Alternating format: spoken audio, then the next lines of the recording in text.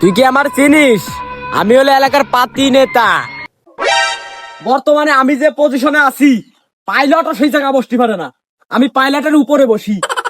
বুঝছো হাবিলদার, বর্তমান যে যুগ জামানা, কোনো জুয়ারি মুয়ারিও পাচ্ছি না, আমার প্রমোশনও হচ্ছে না, মানে একটা ঝামেলার ভিতরে আছি। ঠিক স্যার। স্যার এই জন্য তো আমরা সিভিল পোশাক আইসি। হ্যাঁ ঠিক আছে, স্যার আমার একটু এক আইসি স্যার।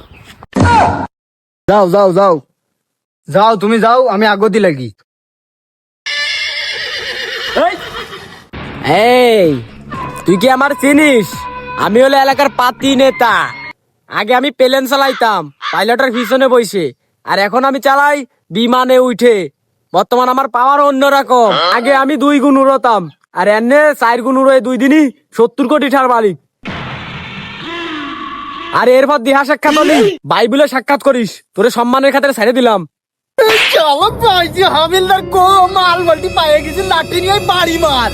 প্রমোশন এবার ফাইনাল, তাড়াতাড়ি আয়।